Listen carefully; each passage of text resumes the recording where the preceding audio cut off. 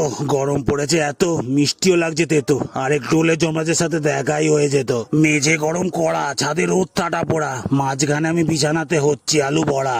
আগুন ঝরাচ্ছে ফ্যান, হারিয়ে যাচ্ছে জ্ঞান, ঘরের মধ্যেই যেন গায়ে পড়ে যাচ্ছে ট্যান। যেই খানটা ফ্যানের দিকে শরীরটা দিচ্ছি রেখে, উল্টো দিকটা ঘেমে ছিঁড়ে যাচ্ছে শিখে। উল্টে শুলে লাগছে বেশ, কিছুক্ষণ পর সেই একই কেস, ঘেমে নে আমি যেন একেবারে হয়ে যাচ্ছি শেষ। সূর্য এসে গেছে কাছে, মনে হচ্ছে মাঝে মাঝে নাকি গরমে মাথা খারাপ হয়ে বকছি আমি বাজে।